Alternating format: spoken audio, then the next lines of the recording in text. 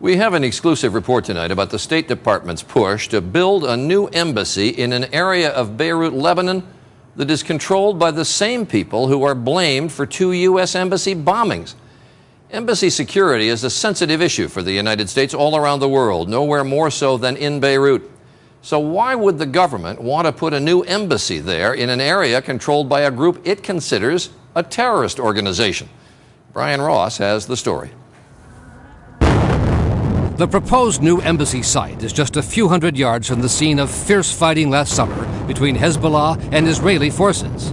No place for Americans, according to a former top Lebanese general. I do not think that piece of land is secure.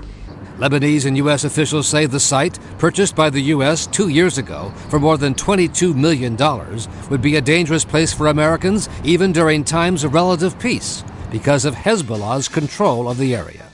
It boggles my mind. Any reasonable person that looks at that site, does their homework, and sees who controls that area would determine that it's a foolish, dangerous idea to build the embassy there. Twice in the 1980s, Hezbollah was blamed for deadly truck bomb attacks on the U.S. Embassy and a U.S. Embassy annex in Beirut, killing 87 people, including 8 CIA employees.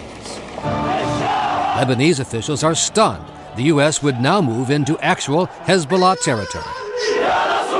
I do not advise them to move to this location. But the strongest opposition and outrage came from the U.S. ambassador in Beirut.